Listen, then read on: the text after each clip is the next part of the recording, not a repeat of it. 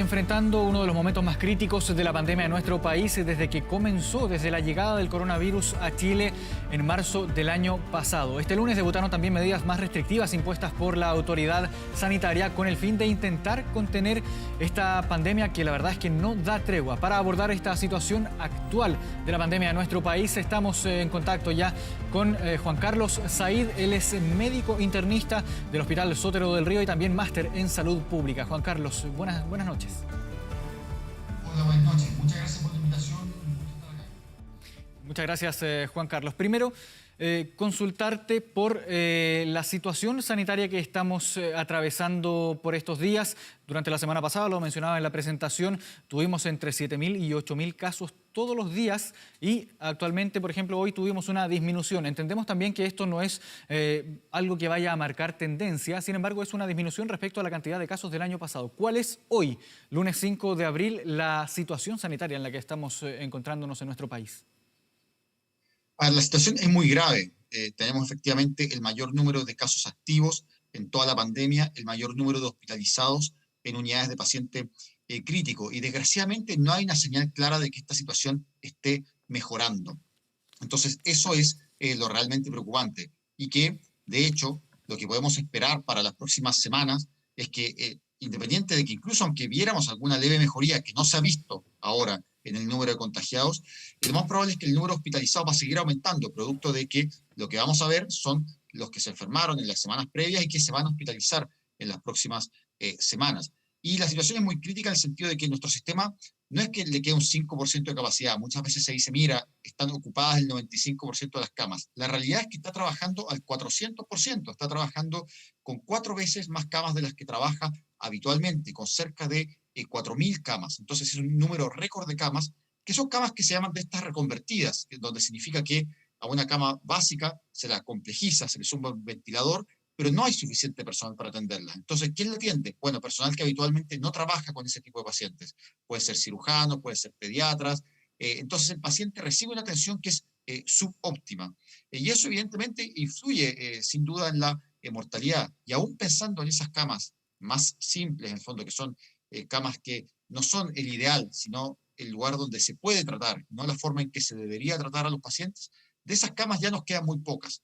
Y de hecho se están hospitalizando a un ritmo de 50 pacientes por día y de estas camas reconvertidas nos quedan alrededor de 200. Entonces estamos hablando de algo tan dramático como que un paciente que se tuviera que hospitalizar el viernes o el sábado, ya hoy en día no habría cama para hospitalizar a esos pacientes en teoría. Evidentemente el gobierno está haciendo esfuerzos por generar nuevas camas, pero la situación es absolutamente límite. O sea, el sistema está ya sobrepasado e incluso hay indicios de que no se está no están logrando todas las personas atención médica adecuada y eso podría explicar un poco que haya habido aumento, por ejemplo, de fallecidos en el domicilio, como ya lo alertó el Consejo Asesor, que son señales, en el fondo, de que nuestro sistema de salud está en una situación de inminente colapso. Inminente colapso, Juan Carlos. ¿Cuán cerca estamos de una situación de colapso considerando esto que mencionabas tú? Que no es que las camas actuales las estén operando, por ejemplo, personal que está o que ha estudiado y que se ha preparado para operar las camas críticas, sino que son camas que se han ido reconvirtiendo con el paso de los días, porque entendemos también que ha ido aumentando la demanda de ocupación de camas críticas. O sea, creo que hay que sincerar acá que el sistema está en el punto donde podría no poder atender a más personas. Esa es una realidad. O sea, acá no es racional pensar que nuestro sistema puede aumentar infinitamente el número de camas y que más encima esas camas se pueden aumentar en forma infinita como si fueran una entidad separada de quien las atiende o quien trabaja en esas camas.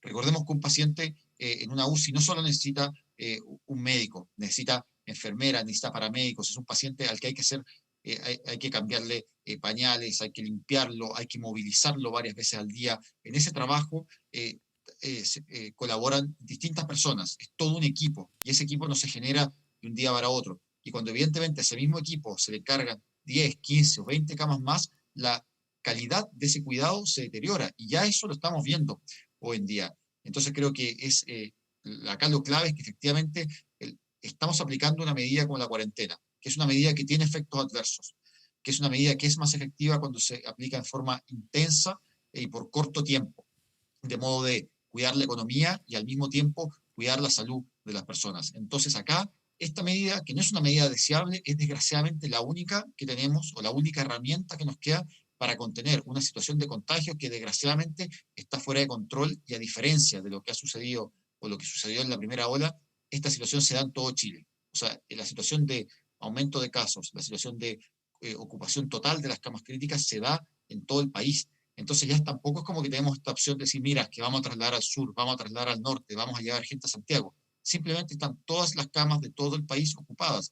Y creo que eso es parte del mensaje de riesgo que quería transmitir el gobierno para sincerar la realidad con las personas. Porque cuando uno ve que, por ejemplo, salen 96.000 personas el fin de semana a la playa, uno dice, bueno, quizás esas personas no están, no les está llegando este mensaje, no están entendiendo lo realmente grave de la situación que estamos viviendo actualmente. Juan Carlos, pero ¿cuán cerca podemos estar de un eventual colapso o más bien hasta qué punto se pueden seguir reconvirtiendo camas críticas? A ver, claramente hay que entender acá que cuando uno habla de un colapso, no habla de que el sistema hospitalario, el sistema de salud es como una especie como de torre o de castillo de naipes que uno coloca finalmente una carta más y el sistema se cae. Eso no funciona así. Un colapso hospitalario es un deterioro progresivo de la atención que puede llegar a situaciones más o menos extremas. Es decir, una situación que ya es una situación de colapso es cuando un paciente recibe un tratamiento subóptimo, es decir, le dan un ventilador que no es el adecuado, lo atiende un personal que no tiene la especialidad adecuada. Eso mismo puede ir agravándose cuando ese mismo personal, en vez de atender un número razonable de pacientes, atiende el doble. Esto ya lo han alertado diferentes especialistas, que en fondo lo que estamos viendo es que se están creando camas en el papel, o sea, camas teóricas, en que se llama a un jefe de servicio y se le dice, oye, crea 10, 15, 20 camas. Y bueno, sabemos que eso que se puede hacer en el papel, que es muy fácil de dibujar o de escribir con un lápiz, no es tan fácil de hacer en la realidad. Y ya estamos en el límite en donde ya hemos cuadriplicado la capacidad de camas. Y creo que en eso hay que reconocer que el gobierno ha hecho un gran trabajo. Había una muy buena gestión de ampliar la capacidad de camas. Pero eso tiene un límite. Yo creo que ya ese límite es difícil precisarlo, pero estamos llegando a ese límite. Y creo que por eso los especialistas de COVID Chile, que son el centro, digamos, con la contraparte técnica del MinSal, que reúne a especialistas de la Universidad Católica, de la Universidad de Chile, alertó que el país o nuestro sistema de salud no resistía simplemente un fin de semana largo con elevada movilidad. Entonces, bueno, hay que ver cómo van a evolucionar las próximas semanas. No se logró reducir probablemente en este fin de semana largo de la movilidad todo lo que se hubiera deseado. Vimos que los cordones sanitarios no funcionaron. Entonces, desgraciadamente, el panorama para las próximas 2 semanas es poco auspicioso. Yo diría que es un panorama ciertamente preocupante.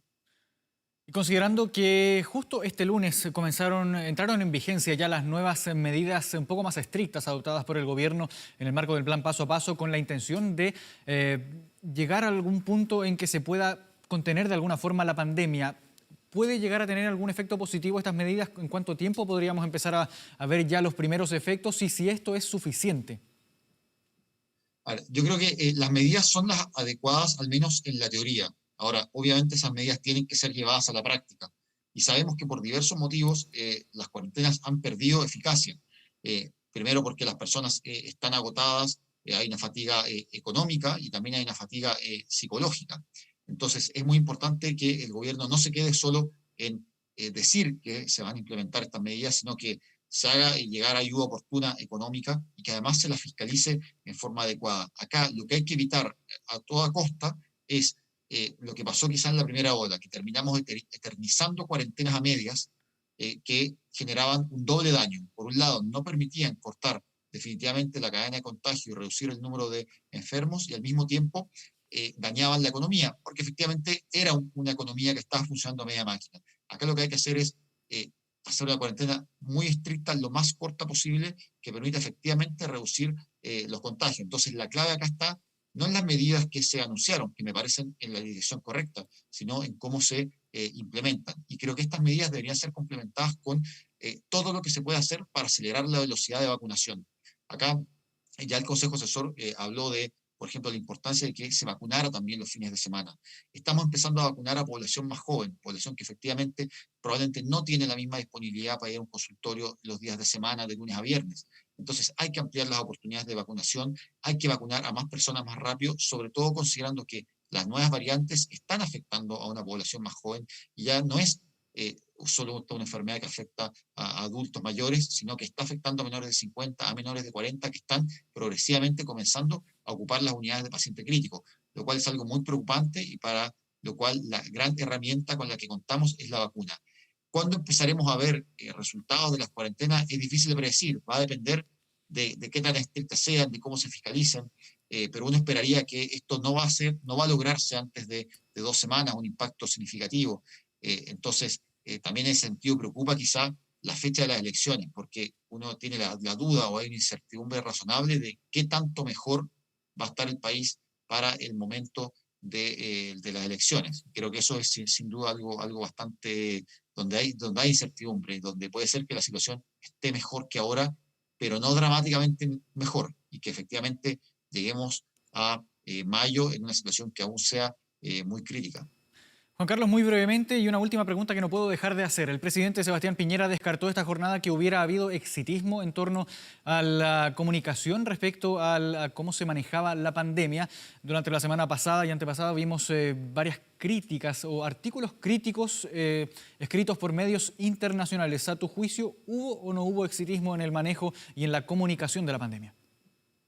A mí me parece que sí, que hubo un poco de exitismo. O sea, vimos que se comenzó a vacunar en un proceso que ha sido de excelente nivel y que se ha desarrollado a una gran velocidad, que ha sido destacado en distintos lugares, pero también hay que reconocer al mismo tiempo que se empezó a vacunar y no habíamos vacunado ni al 5% del país y ya se estaba anunciando el retorno a clase, apertura de los casinos, apertura de los gimnasios, reducción del horario de toque de queda. O sea, era todo una apertura generalizada, masiva, lo más rápidamente posible. Entonces creo que efectivamente hubo un exceso de confianza. Creo que desgraciadamente perdimos la oportunidad de, dado que estábamos vacunando tan rápido, hubiera sido posible esperar 30, 45 días con medidas que siguieran siendo restrictivas, como por ejemplo no partir de inmediato con las clases, y eso nos habría permitido quizá partir con clases en abril, en un contexto donde ya habríamos tenido un 30% o cerca de un 30% de las personas con 2 dosis de la vacuna. Entonces creo que fallamos ahí y desgraciadamente perdimos una oportunidad de que las últimas cuarentenas que tuvimos no hubiera que repetirlas. Y desgraciadamente caímos en esta especie como de día de la marmota en que nuevamente vamos a estar en estas cuarentenas y volvemos a un 2021 que, muy a mi pesar y muy para el pesar de todo el equipo de salud en el país en general, que está profundamente agotado, vamos a vivir un año que no se va a diferenciar mucho, al menos en el primer semestre, de lo que fue el año anterior. Yo creo que la situación va a ir mejorando, pero esto va a ser lento, progresivo, va a demorar meses y hay incertidumbre de que pudiera haber variantes que se escapen, por ejemplo, a las vacunas. Entonces creo que el mensaje del gobierno tiene que ser siempre un mensaje de cautela y que también transmita la gravedad de la situación actual. Porque creo que si no se le dice a las personas que efectivamente no hay camas y que lo que estamos haciendo es hacer un esfuerzo desesperado, una especie de usar la línea de crédito, de sobregirarnos al máximo, estresando al máximo al personal de salud, si no se transmite ese mensaje, la sensación que hay es que el país tiene como un stock ilimitado de recursos sanitarios, lo cual no es real. Entonces, creo que hubo exceso de confianza, sí, hubo exceso de confianza. Ahora, creo que no tiene mucho sentido lamentarse sobre eso que pasó y yo me enfocaría en lo que viene más adelante. Creo que lo mismo le recomendaría al ministro, sí, mira, ¿sabes qué? En verdad, dejemos de pensar en qué dijo el New York Times, qué dijo el Washington Post y concentrémonos en cómo podemos fiscalizar mejor las cuarentenas, cómo podemos hacer que estas sean cortas y lo más efectivas posible, y del mismo modo cómo podemos acelerar la vacunación. Creo que hay todavía cosas que se pueden optimizar, no cuestionando el proceso, ha sido un proceso muy bueno, pero cuanto más rápido lo hagamos, mejor. Y creo que en ese sentido, por ejemplo, alternativas como la vacunación de los fines de semana podría ser algo interesante a desarrollar. Bien, Juan Carlos Said, máster en salud pública, médico internista del Hospital Sotero del Río. Muchas gracias por habernos acompañado esta noche. Listo. Muchas gracias. Luego. Chao, chao. Buenas noches. Bien, y nosotros vamos a hacer una pequeña pausa, pero siga nuestra sintonía porque ya volvemos a medianoche.